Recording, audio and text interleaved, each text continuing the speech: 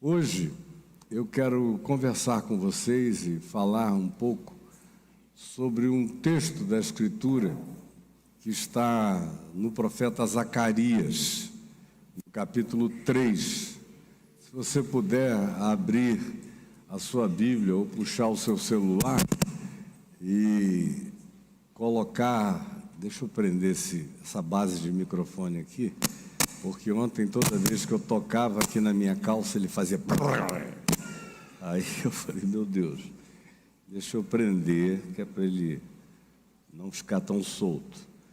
Então, puxe o seu celular na sua Bíblia digital, se for o caso, e ache aqui Zacarias capítulo 3, eu leio na versão da Sociedade Bíblica do Brasil, versão revista e atualizada, de João Ferreira de Almeida, se alguém quiser ler palavra por palavra dessa tradução do texto hebraico. Mas não é importante, o importante é você prestar atenção.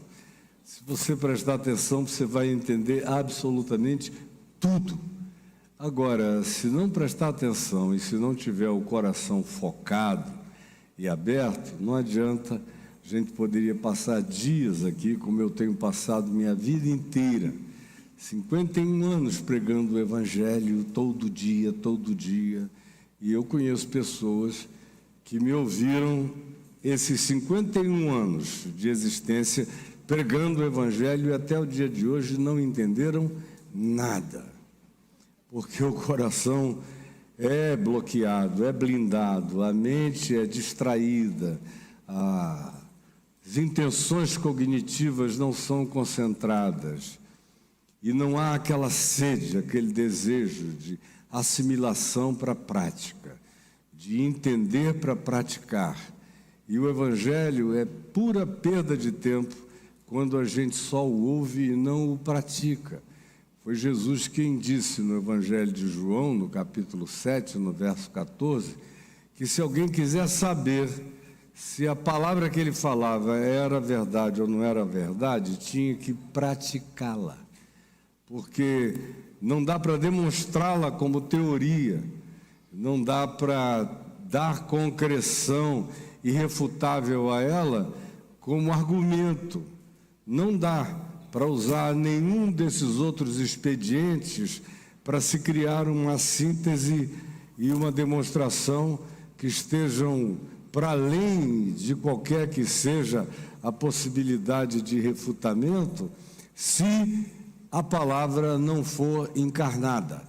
Ela tem, a palavra de Deus, obsessão por encarnação, por fazer de nós evangelhos vivos de Cristo Jesus e fazer de cada um de nós cartas vivas, epístolas vivas, mensagens vivas, encarnadas de Deus, andantes, viajantes e em processo de relacionamento humano aqui, enquanto a gente está nesse planeta.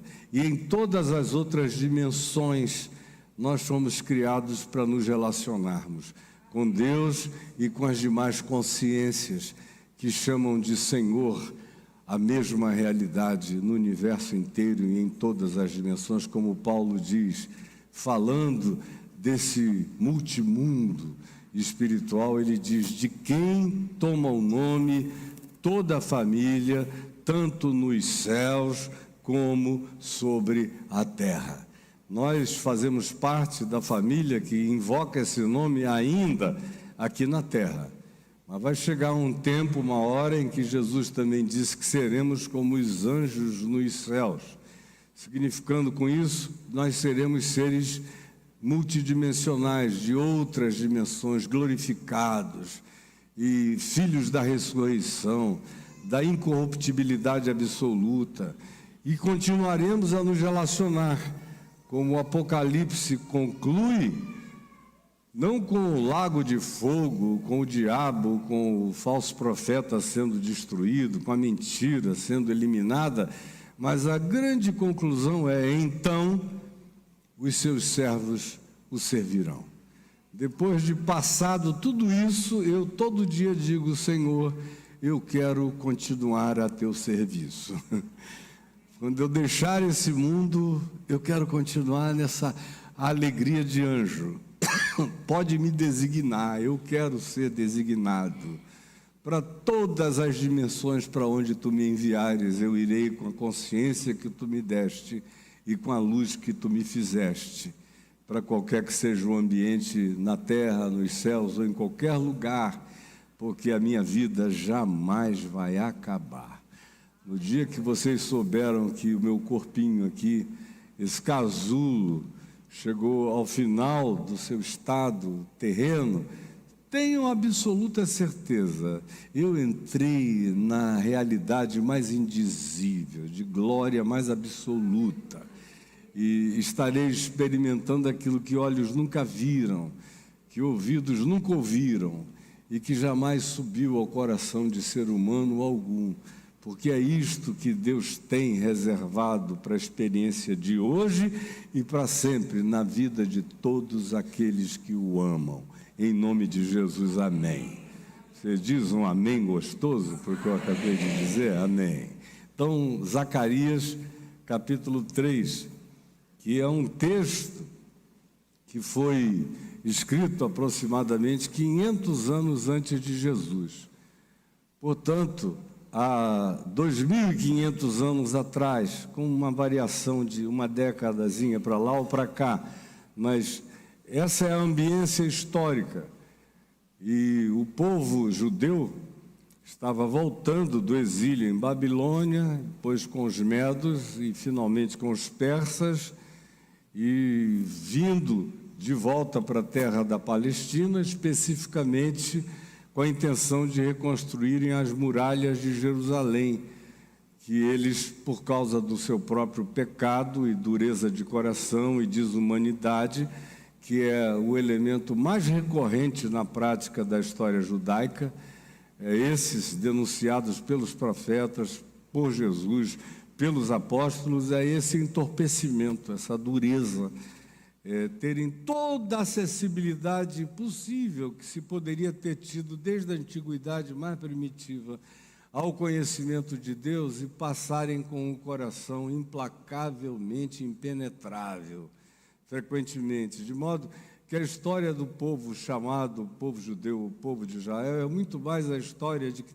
quem podia ter acesso a tudo e despreza com muita regularidade, e na maior parte das vezes, eu diria quase sempre, as grandes e maiores oportunidades que a humanidade já teve e que outros em outros lugares entendem, abraçam, recebem, acolhem e querem, enquanto eles vão tomados pelo orgulho de se sentirem povo escolhido, filhos da genética de Abraão, culto ao DNA, enquanto isso vão tornando implacável o coração, impenetrável, impervasível pela graça de Deus. Então, 2.500 anos atrás, foi quando essa palavra que a gente tem em Zacarias 3 foi trazida, e vejam como ela é completamente carregada de evangelho. Eu, quando leio esse texto, e eu leio a minha vida inteira, sempre ouço a atualização dele na primeira epístola de João, no capítulo 2, no verso 1, que diz: filhinhos meus, não pequeis, mas se todavia alguém pecar, tendes advogado junto ao Pai, Jesus Cristo o justo. Ele é a propiciação pelos nossos pecados, e não somente pelos nossos próprios, mas ainda pelos do mundo inteiro. E aí a gente chega e vê a unidade dessa revelação, desse Espírito, quando a gente lê qualquer que seja o texto antigo ou primitivo do Velho Testamento, sempre tendo Jesus como nossa referência absoluta, nossa lente única, nossa chave de interpretação que abre todos os tesouros da sabedoria e do conhecimento aos nossos sentidos e atualiza naturalmente, Jesus é o atualizador, é o validador de tudo quanto seja a palavra de Deus distribuída por Deus na face da terra. O que é como Jesus é palavra de Deus. O que atravessa o filtro de Jesus é palavra de Deus. O que não passa pelo filtro de Jesus está em obsolescência, em caducidade, se esclerosou, não tem mais sentido, não é para mim, não é para você, não é para mais ninguém. Jesus é que é a palavra, o verbo eterno, absoluto, atualizado de geração em geração, para todo sempre, em toda e qualquer dimensão ou camada de existência. É em Cristo Jesus que Deus manifesta a palavra absoluta dele. E é vendo Jesus viver o que Jesus ensinou, e o que ele ensinou ele viveu e ele praticou, porque ele não é hipócrita nem esquizofrênico, de modo que se você não entender alguma coisa que você lê a respeito do que Jesus disse, só continue lendo os evangelhos para lá e para cá e observe como Jesus viveu. Porque Jesus viveu absolutamente tudo o que ele ensinou. E quando eu não compreendo, nem pela exegese do texto grego, ou por cultura do primeiro século, ou por qualquer outro que seja o recurso de compreensão, não se esqueça disso. Todas as demais coisas são completamente secundárias e por vezes até desnecessárias. Porque o que eu tenho como manifestação incontroversa do que seja a palavra de Deus atualizada para mim todo dia, para a minha geração, para o meu dia, para hoje, é aquilo que eu vejo Jesus viver, praticar, ser, ensinar, gestuar e manifestar. E aqui em Zacarias 3, quando você lê esse texto tendo Jesus como essa chave que abre esse entendimento e essa compreensão, você fica aturdido de ver como 500 anos antes de Jesus, ou tantos quantos sejam os anos anteriores à encarnação de Deus em Cristo Jesus, tudo o que concernia ao Evangelho, à Boa Nova e ao bem-estar da consciência humana, já vinham sendo manifestados, e Jesus é quem adensa, concentra, sintetiza, sumaria e transforma isso tudo em carne, em sangue, em movimento, em toque, em relacionamento, em compreensão e em prática para a nossa vida. E aqui, 500 anos antes de Jesus, e no período em que os judeus estavam voltando da antiga Babilônia, que já tinha sido tomada pelos medos e os persas, e voltando das outras áreas do âmbito da cultura persa, onde hoje é o Irã, e de volta para aquela região da Palestina, onde a cidade de Jerusalém está erigida até os dias de hoje, é que essa palavra veio ao coração do profeta Isaías. E ele diz, Zacarias, e ele diz o seguinte: Deus me mostrou o sumo sacerdote Josué.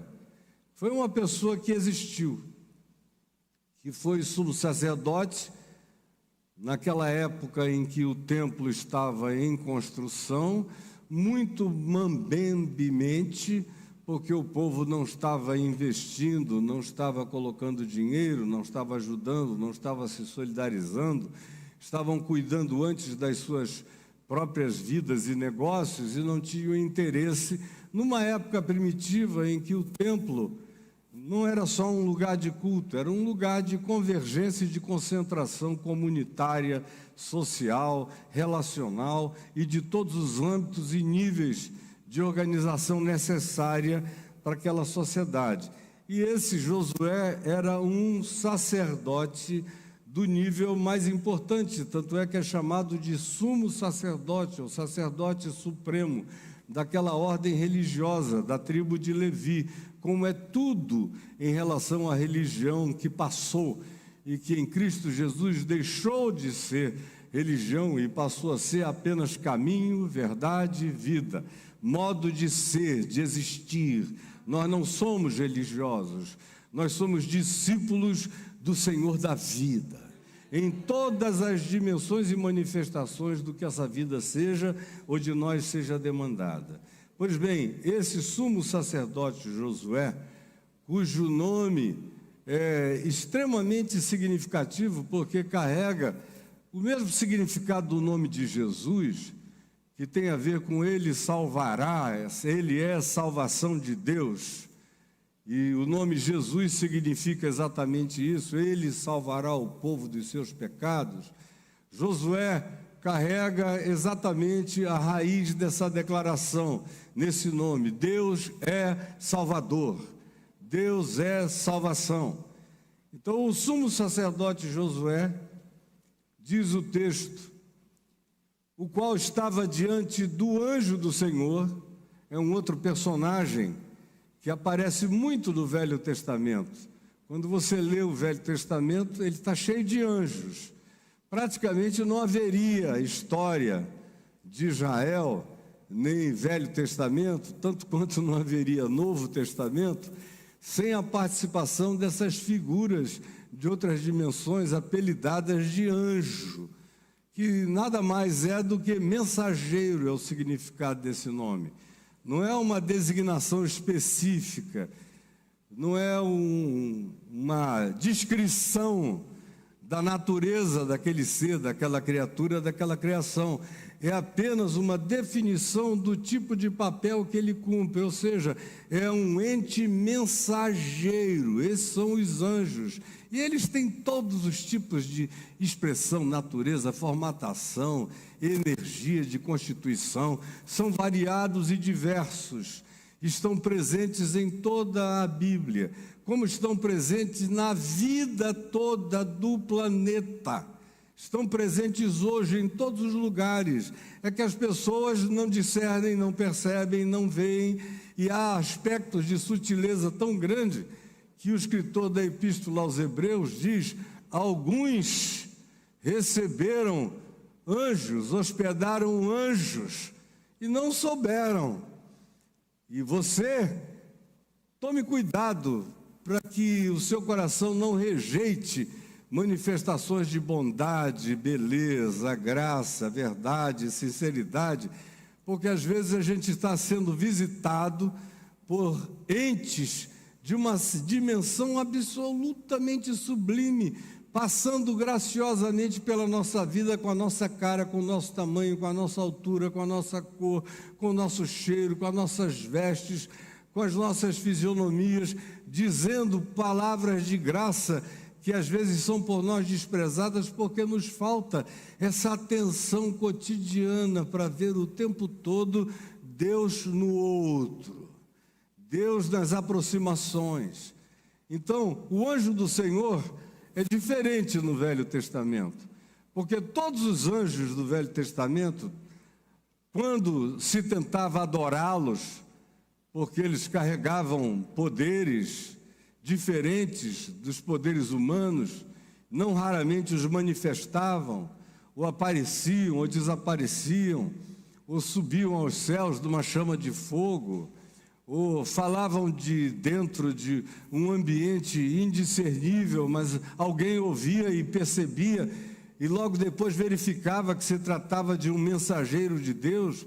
Mas essas expressões são de uma variedade tão múltipla que não dá para ninguém criar essas figurinhas barrocas, barrigudinhas de pintinho, pequenininho, de fimose por fazer, com umas asinhas assim, meio esquisitas para trás, uma bundinha arrebitada, como é o que você encontra em toda a arte medieval espalhada pelo mundo, e como é o que caracteriza a inocência pervertida das nossas compreensões, sempre infantilizadas de tudo a respeito de qualquer coisa. O anjo do Senhor, diferentemente dos demais anjos, é aquele que, quando é adorado, aceita a adoração. Um dos exemplos mais fortes disso é na tenda de Abraão, lá nos Carvalhais de Manre, na vizinhança de Hebrom, quando Abraão está lá e é visitado por 3 entes celestiais de outras dimensões que chegaram. E um deles se diz que era o anjo do Senhor. Os outros eram criaturas, eram criações. Mas esse anjo do Senhor é tratado por Abraão como o próprio Deus andando no meio deles, entrando na casa dele. E quando adorado, aceitava a adoração. E falava com a peremptoriedade que só Deus fala, com a assertividade do absoluto.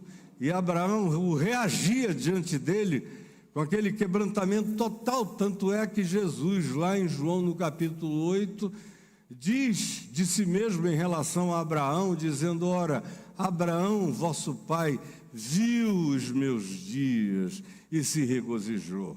Abraão realmente me conheceu, sem nem saber que eu seria eu, do jeito que eu estou me manifestando a vocês, mas eu sei que ele sabia que ele estava diante do eu sou eterno.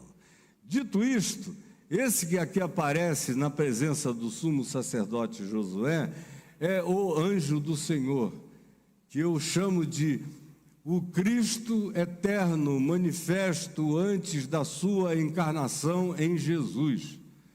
Jesus tem 2000 anos de idade, nasceu há 2000 anos atrás, mas o Cristo é eterno, o Cristo é Deus.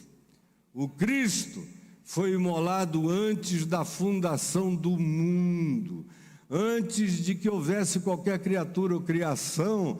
Ele foi aquele que se entregou, é dele que vem o Big Bang, não esse da física de 14 bilhões e meio de anos atrás, mas o Big Bang dos Big Bangs. Todo início, qualquer que tenha sido, quando quer que tenha sido, em qualquer que tenha sido a dimensão, é dessa dádiva, é dessa entrega do Cristo eterno e absoluto, é dessa explosão de amor que todas as coisas são criadas em todas as dimensões. Por isso, tudo vem dele, é para ele, e nele tudo subsiste em nome de Jesus. Amém e amém. Essa é a verdade. Essa é a física mais pré-metafísica que se possa conceber. É essa morte do Cristo eterno criando todas as criaturas e todas as criações. Pois é esse mesmo que está aqui, na presença do sumo sacerdote Josué, que estava num estado complexíssimo. E aparece aqui uma terceira personalidade, chamada de Satanás, cujo nome significa o que faz oposição, o opositor, o antagonista, o que existe para se contrapor, aquele cuja tarefa maligna assumida dele para ele próprio contra toda a criação e contra tudo aquilo que carrega o nome de Deus é essa, de ser a antítese da vida, de ser a contraposição a tudo que signifique graça, amor, misericórdia, perdão, acolhimento, bondade, conciliação, unidade, convergência, abraço, encontro, misericórdia eterna. Ele trabalha contra o espírito da vida, em qualquer que seja a dimensão. E está presente aqui. E mais do que isso, vocês vejam o cenário como é de uma importância extraordinária. Como um ser humano, Josué era um ser humano como eu, como você. E a função dele não dá a ele nenhuma espetacularização espiritual. É algo que aconteceu com ele e que aconteceu comigo e que aconteceu com você e que acontece e acontecerá com todos nós, dependendo da nossa consciência espiritual, dependendo acima de tudo dessa misericórdia e da graça de Deus se manifestarem como sempre o faz em nosso favor. Então você tem um ser humano, Josué, numa condição difícil que vai ser descrita ali, culpado, mal vestido, andrajoso, com vestes sacerdotais rasgadas, com um turbante encebado, purulento, nojento na cabeça, com uma destituição de natureza aparente do significado ou dos cuidados mínimos, rituais, higiênicos. Com isso, se querendo conotar o significado de higiene do ponto de vista espiritual, de santidade, de apresentação de uma boa consciência na vida, na presença de Deus, o anjo do Senhor presente, que é o Cristo eterno, imolado desde antes da fundação do mundo, como Pedro diz, Paulo diz e o João do Apocalipse repete, é algo e uma consciência que a gente deve guardar, e Satanás, o que não é uma coisa incomum. Eu, por exemplo, ando o tempo todo tendo consciência de que essas presenças estão ao meu redor, em qualquer que seja a situação da vida. Em algumas ocasiões da minha existência, isso foi exatamente como está descrito aqui. Em alguns momentos solenes de desgraça humana, pessoal, e de mergulho na nossa própria condição carnal, culposa, relativa. Quantas vezes eu já vi essa cena ser a minha cena? Já me vi cercado por essas mesmas condições. E aqui está dito que Satanás estava presente ali para acusar.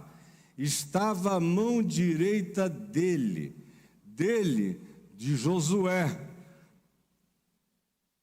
e empoderado. Não é a mão direita do anjo do Senhor.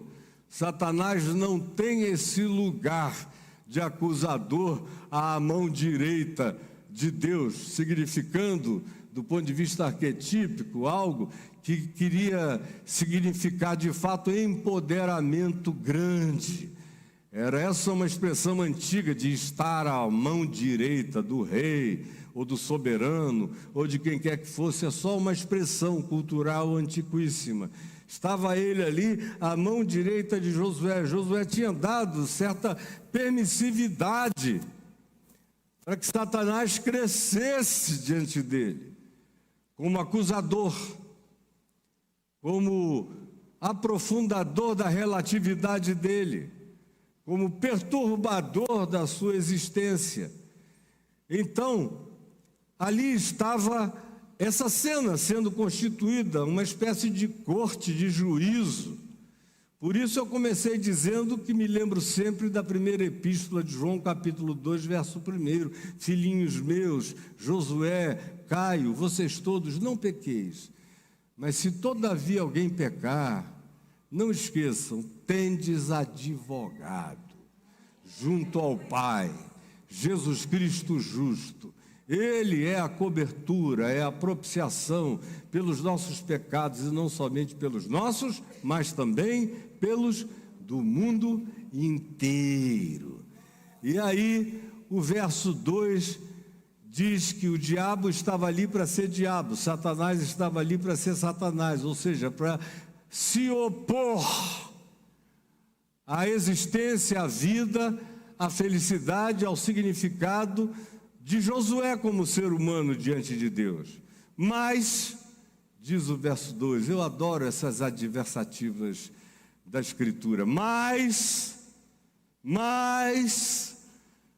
Satanás pode estar fazendo o que quiser, mas quando se interpõe, quando se faz essa interpolação dessas adversativas divinas e sublimes, o meu coração se entra em estado de regurgitamento e de alegria. Mas o Senhor disse a Satanás, Deus falou por Josué a Satanás, assim como ele fala por mim e por você a Satanás. Eu não tenho nada a dizer a Satanás, nem teria o que dizer, nem por que dizer. E eu não preciso me defender, eu tenho quem me defenda. Eu tenho advogado junto ao Pai. Eu tenho quem fala por mim. Eu tenho quem tem poder de calar essa boca perversa, maligna, acusadora, tenebrosa e esmagadora da existência e de todas as existências. Mas o Senhor disse a Satanás, o Senhor, vejam, o Cristo de Deus, o anjo do Senhor, falando como Deus em nome de Deus, porque sendo ele Deus, como diz Paulo em Filipenses 2, não julgou como usurpação o ser igual a Deus, antes a si mesmo se humilhou. E aqui está o anjo do Senhor dizendo a Satanás, e é isso que fragiliza absolutamente a Satanás, é que aquele que tem o poder de ser Deus e de falar como Deus, e de diretamente personalizar a fala de Deus em sua própria boca, todavia, quando fala, dá glória àquele que é o seu pai, não porque seja mais idoso do que ele. Nós estamos lidando com uma outra categoria de mistério que transcende a nossa própria compreensão, mas no universo existe essa lei, existe esse princípio absoluto, de que até Deus, quando fala de Deus, fala reverentemente de Deus. Então, o Senhor disse a Satanás, o Senhor te repreende, ó Satanás. Sim, o Senhor que escolheu Jerusalém, que escolheu Tomás, que escolheu a Nazaré, que escolheu Jorge, a esposa dele, que escolheu você, todos nós, que escolheu o Caio. Jerusalém é apenas uma figuração que é realidade no momento em que esse texto foi dito, é personagem desse conflito, mas a palavra de Deus não está confinada a muralhas de nenhuma cidade. Como Jesus disse àquela mulher de Samaria, lá em João, no capítulo 4, quando ela perguntou onde era o lugar que se deveria adorar a Deus, qual era o lugar sobreexcelente em relação ao qual Deus mais olhasse de maneira imediatamente carinhosa. Qual é o lugar onde se deve adorar a Deus? É nesse monte Gerizim, lá da região de Nablus, na antiga Samaria, na Cisjordânia, na Palestina de hoje, de agora, ou em Jerusalém? E Jesus disse, mulher, em verdade eu te digo, que nem neste monte Gerizim, nem em Jerusalém, é o lugar onde se deve adorar a Deus. Deus é Espírito, e importa que os seus adoradores o adorem em São Luís, o adorem em Cascadura, o adorem em Nova Iguaçu, em Caxias, o adorem na Palestina, o adorem em qualquer lugar da terra, o adorem em todas as cidades da Índia, o adorem em qualquer lugar do mundo, porque não são lugares, e Deus não lida com o sagrado é a invenção do homem, é fetiche religioso do homem.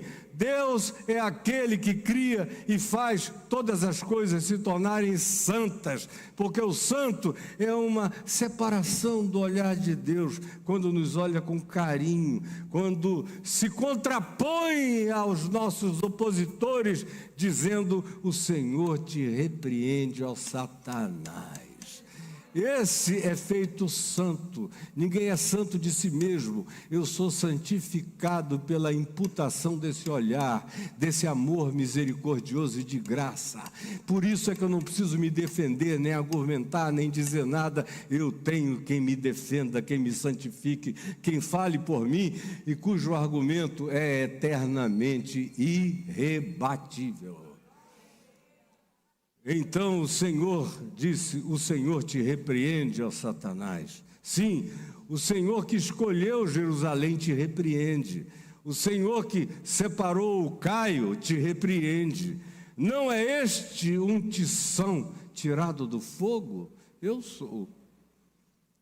Vocês sabem o que é um tição, não é?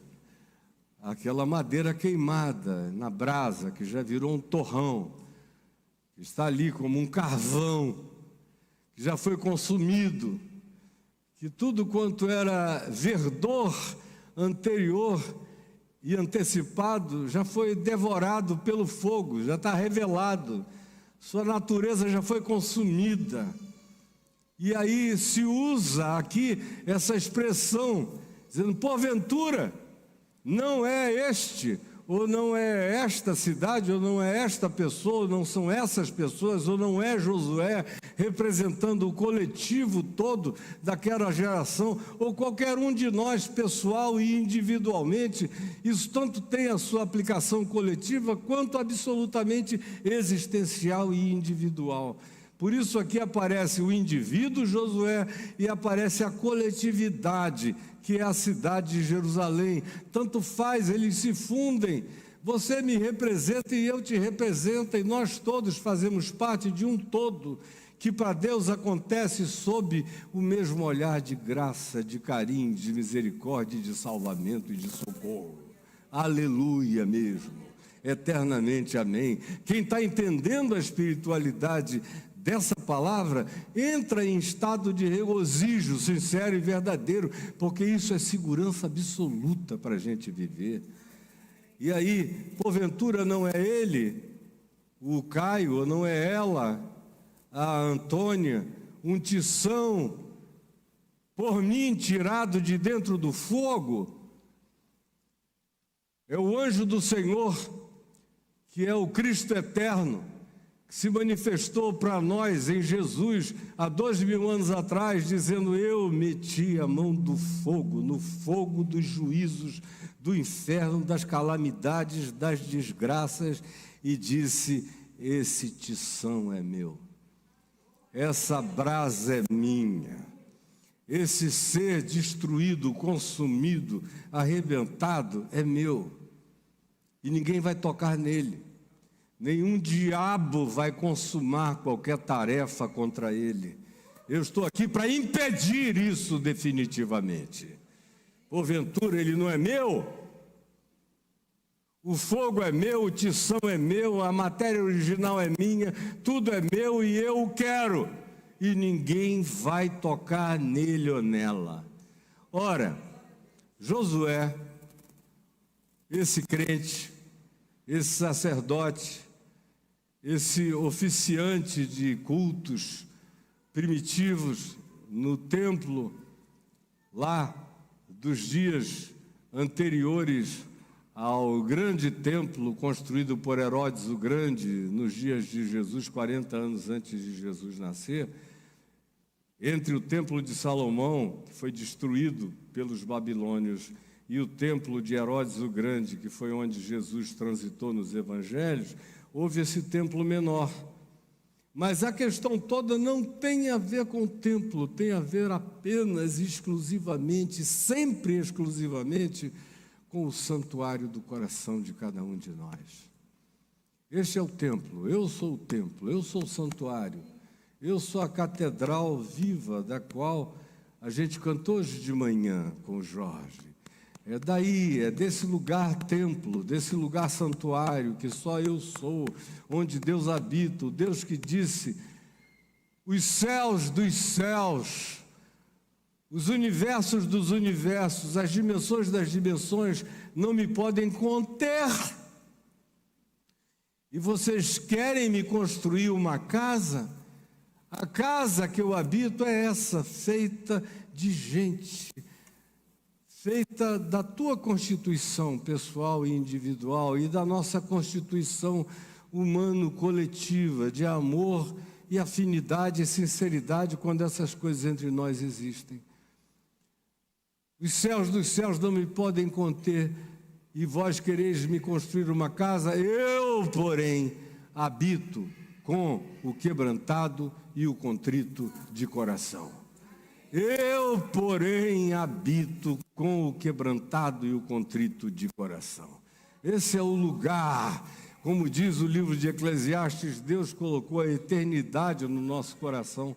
Por isso, o universo, nele Deus não cabe, mas no coração humano, no qual Deus colocou a eternidade. A eternidade não é uma medida espaço-temporal, mas é uma qualificação de natureza existencial que transcende o espaço-tempo. Nele, no meu coração, Deus colocou a eternidade. Por isso ele me habita. O cosmos não o suporta, mas ele cabe todinho em mim, absolutamente em mim, plenamente em você. Sim.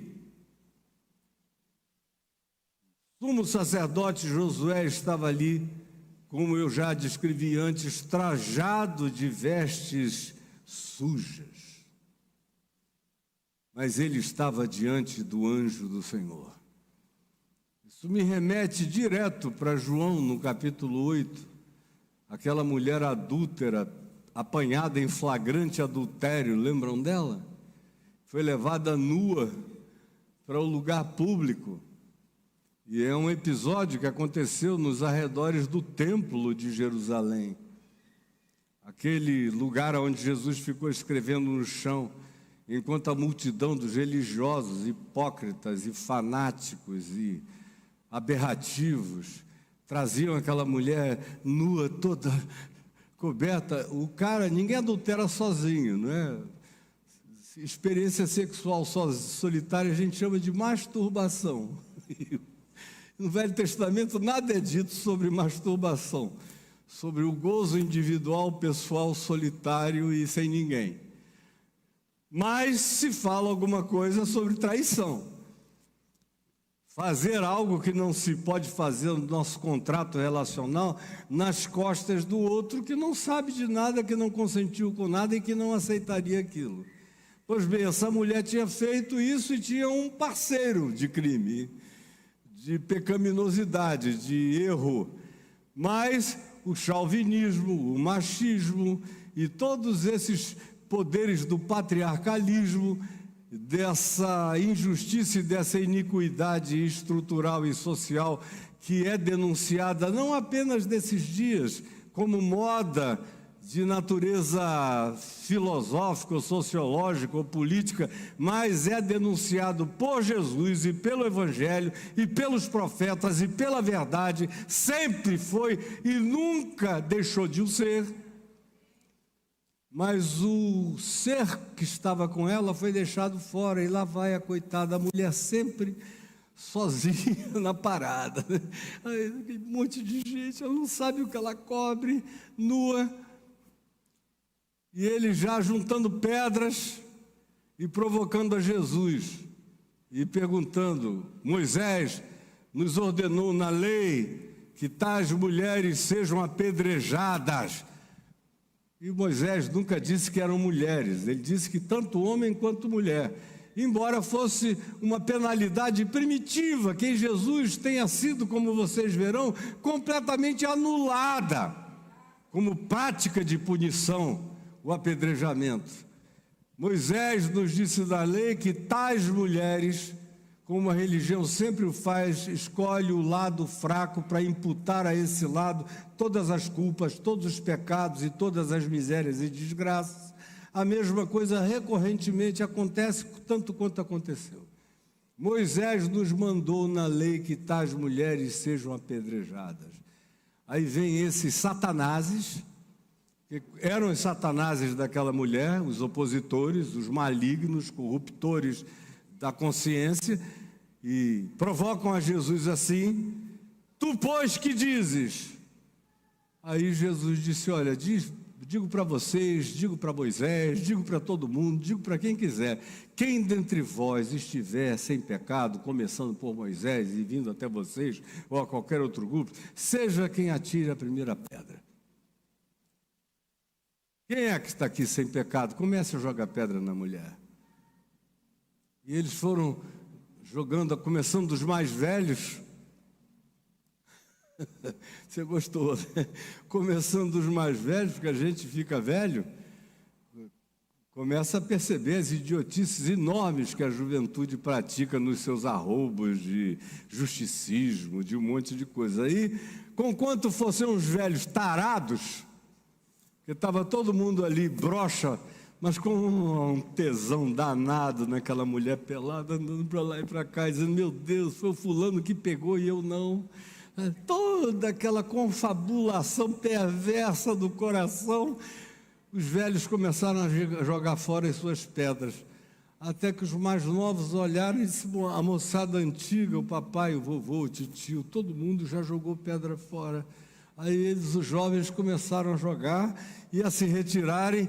Frequentemente, a juventude é muitas vezes a última a entender essas coisas que parecem demandar um determinado fervor de ousadia juvenil ou de inexperiência total sobre a vida. Mas o fato é que a psicologia daquela ocorrência em João 8 revela a nossa natureza de uma maneira geral o tempo todo. E aqui a gente está diante de Josué andrajoso, maltrapilho, mas ele está na presença do anjo do Senhor. Isso é o que faz toda a diferença. Josué estava trajado de vestes sujas, mas estava diante do anjo do Senhor. O que interessa a mim, o que interessa a você, o que interessa a nós, mais do que como nós estamos, é na presença de quem a gente está. É a consciência de quem é que advoga a minha causa, quem é que está à minha mão direita, de fato. Satanás se põe à direita autoempoderadamente para me acusar, mas tem alguém que se coloca sobre ele, em cuja presença eu estou. E é nessa presença que eu estou, que eu ando, que eu vivo. É nessa presença que eu sou inacusável. Quem é que pode me acusar? Se Cristo Jesus decidiu me defender, diz Paulo em Romanos 8. Quem é que pode me condenar? Se quem poderia me condenar decidiu me absolver, me perdoar. Quem é que pode me separar de Deus, se Deus decidiu que Ele próprio se tornou inseparável de mim? Quem? E Paulo pergunta, nos céus, na terra, em todas as camadas dimensionais, ou em qualquer que seja a criatura que se possa inventar ou conceber, quem pode me separar ou nos separará do amor de Deus por nós? Não é do meu amor por Deus, é do amor dele por mim. O amor dele por mim é absolutamente invencível. É por isso que nós somos mais do que vencedores. É porque ele vence a nossa relatividade com a sua graça eterna, nos abraça e nos acolhe e diz: você se me tornou inseparável. Você é indivorciável de mim. Não importa quantas vezes você se divorcie de mim, você não se divorciará por uma razão: eu não me divorciarei de você. É o Deus de Oséias, marido daquela mulher Gomer, que saía com todo mundo, e Deus usa Oséias para dizer: você vai ficar do lado da prostituta adúltera, só para demonstrar para todo mundo, você vai se tornar a mensagem do meu amor mais absurdo, mais absoluto. Tu vais continuar sustentando, cuidando dela, amando-a e tendo misericórdia dela e perdoando-a e cuidando dos filhos que tu geraste com ela. Tu serás a mensagem, porque é assim o meu amor pelo meu povo. Assim é o meu amor por todo aquele que de um modo ou de outro se colocou nesse lugar, às vezes até inconscientemente, no qual eu mesmo decidi colocá-los para tê-los como meus, inafastavelmente. Está, portanto, Josué na presença do anjo do Senhor. Ora, o texto prossegue e diz: tomou este a palavra. E quem tomou a palavra não foi o sumo sacerdote Josué, que não tinha nada a dizer. O que teria ele a falar? Quem tomou a palavra? Quem tomou a palavra? Quem toma a palavra é o mesmo que diz: quem dentre vós estiver sem pecado, seja o primeiro que lhe atire pedras, que lhe traga a condenação. Tomou este a palavra, Quem toma a palavra é o anjo do Senhor. Tomou este a palavra e disse aos que estavam diante dele, a todos os circunstantes, a esse mundo espiritual de observadores, visíveis e invisíveis. A gente vive no meio de muitas camadas de observações, como Paulo diz que aos Efésios, que os principados e potestades estão aprendendo sabedoria, graça, misericórdia, perdão e entram em estado de perplexidade ao verem a relação de amor entre Cristo e aqueles que querem se submeter sob a misericórdia dele e viverem sob essa graça, que se tornam seres completamente imbatíveis. Não por causa de quem são, mas por causa de com quem estão e para quem olham, e por causa daquele em quem eles decidiram se entregar e se colocam sob as asas em estado de confiança e de proteção. Ora, tomou o anjo do Senhor a palavra e disse aos que estavam diante dele e de todos, e no ambiente, e disse o seguinte: tirai de Josué as vestes sujas. O que é o equivalente a dizer: limpem-no de todos os seus pecados. Eu não cheguei até aqui na vida sem sujar as minhas vestes, desde a minha infância. Eu fui precoce no sujar de vestes, mais do que a maioria dos humanos que eu conheço. Quando um homem que chegou para mim, uma determinada ocasião, que não conseguia nem falar, que tremia, chorava, desesperado, e entrou no meu quarto, num hotel onde eu estava, numa suíte, num lugar diferente do mundo, fora do Brasil, e ele tinha me seguido, e ali me ouviu falar, e pediu para ficar sozinho comigo, e quando entrou no meu quarto, ele me disse: eu faço parte do Esquadrão da Morte, e eu já matei mais de 70 pessoas, de fato 77 pessoas eu matei. Eu estou no inferno, não há nada nem ninguém que me possa tirar do inferno. Eu falei: ah, meu filho, você não tem esse poder todo. Quem te deu esse poder de se colocar no inferno? Definitivamente, nem você tem o poder de se colocar no inferno definitivamente. Definitivamente, só Deus sabe o que é definitivamente. Ninguém mais sabe o que é definitivamente. Ninguém mais sabe o que é para sempre. Ninguém mais sabe o que é eterno. Ninguém sabe nem o que é ser essa categoria de eterno. Então deixa eu te dizer, em nome da cruz, onde Jesus não levou apenas o pecado de um, mas foi advogado não somente nosso, mas do mundo inteiro. Se o teu coração corresponde ao que você me demonstra, sinceramente, diante de Deus eu te digo que todos os teus pecados estão perdoados, porque o arrependimento que te trouxe até aqui, com as agonias e com as dores infernosas da tua consciência culposa, já te foi dado pelo Espírito de Deus. É uma graça divina, de perturbação eterna, de antecipação de juízo eterno. Isso é pura bondade de Deus visitando a tua consciência. Então, aonde quer que alguém esteja tão radicalmente arrependido quanto você, é porque a graça já te visitou, o perdão já te provocou. Você só está desesperado de angústia porque já foi antecipadamente perdoado. Do contrário, você nem sentiria nada, estaria num estado de cauterização absoluta.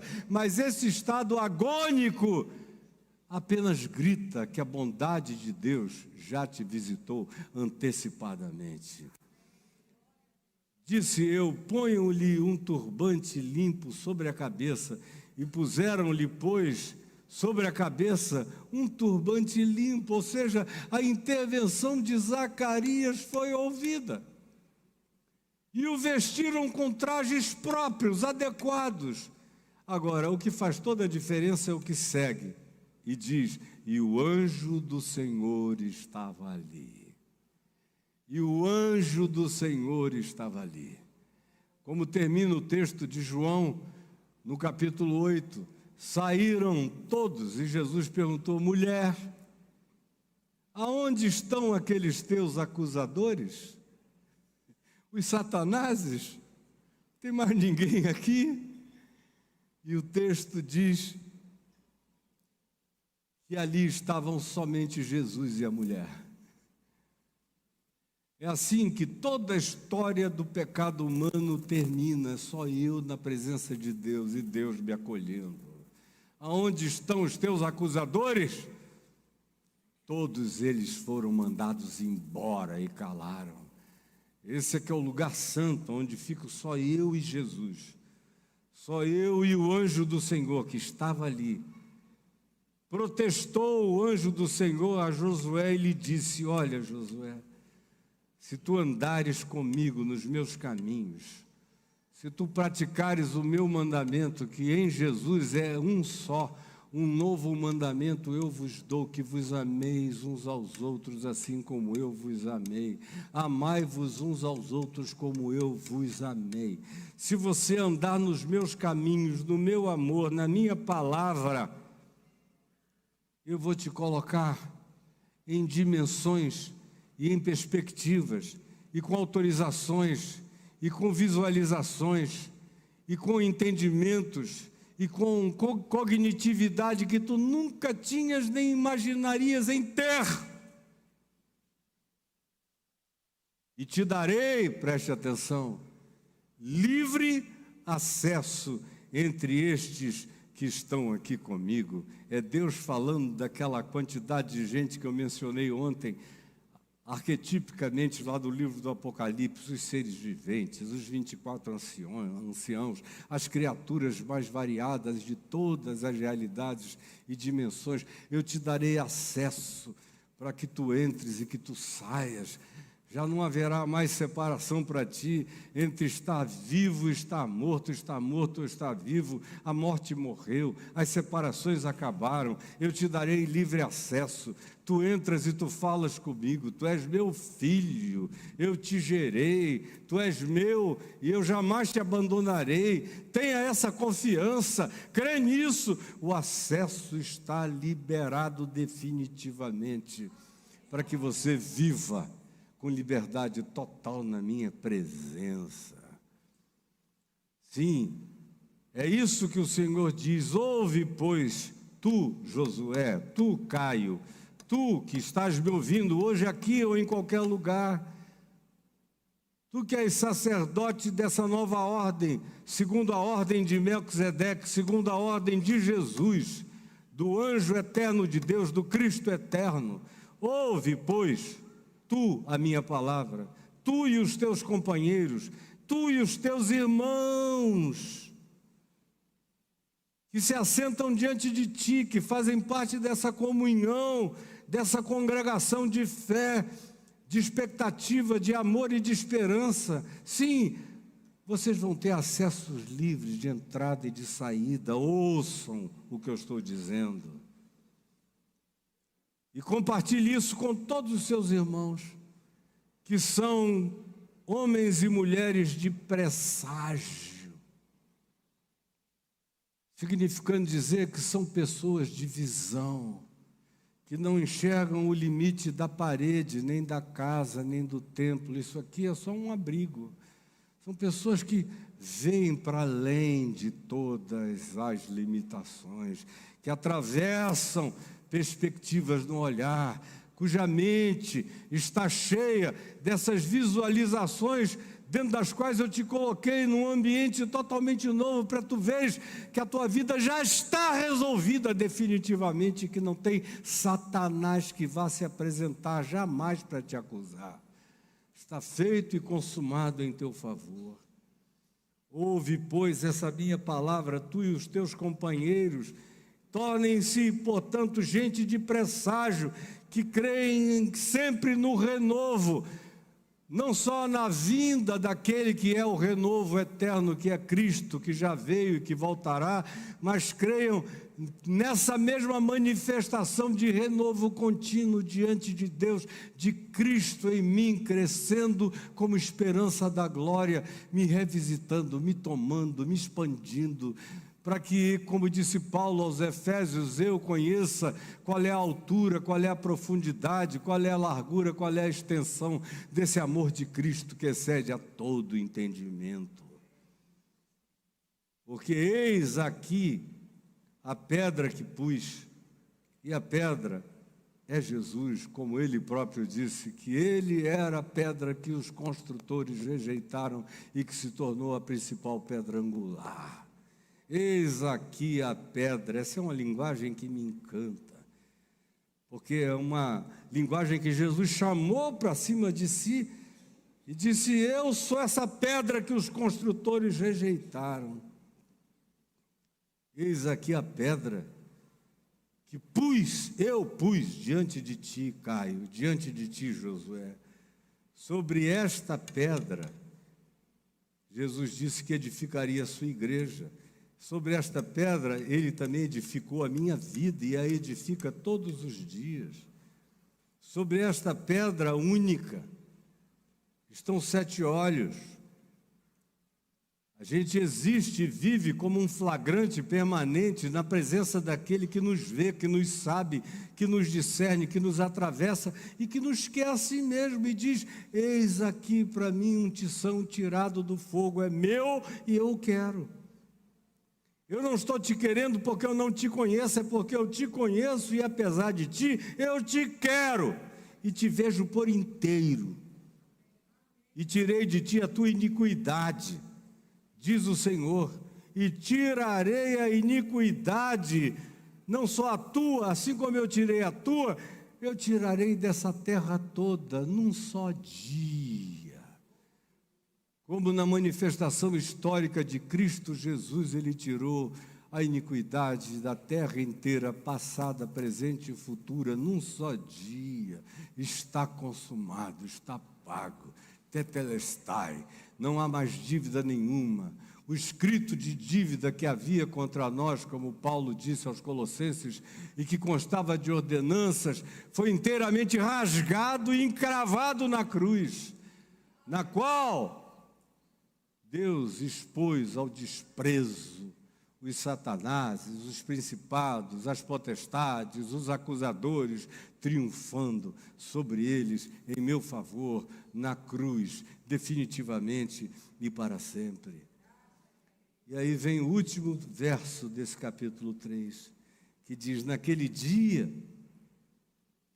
diz o Senhor, e esse dia chegou para mim, chega para mim, nunca me faltará esse dia.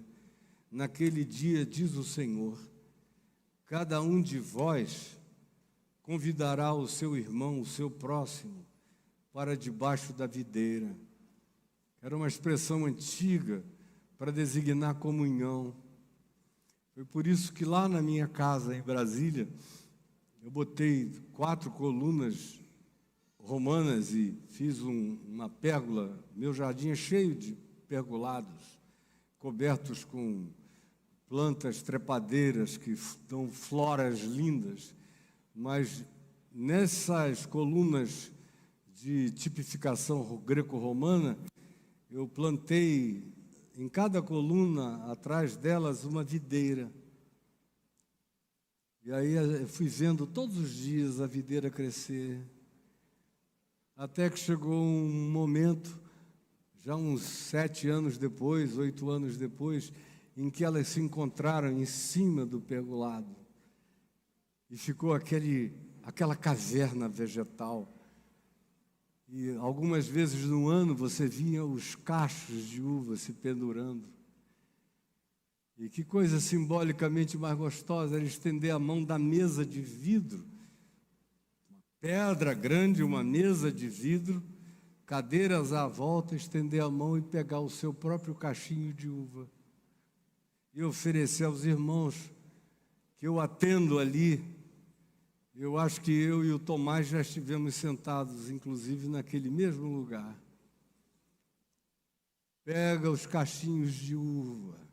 E quando eu fiz pensando nesse texto de Zacarias.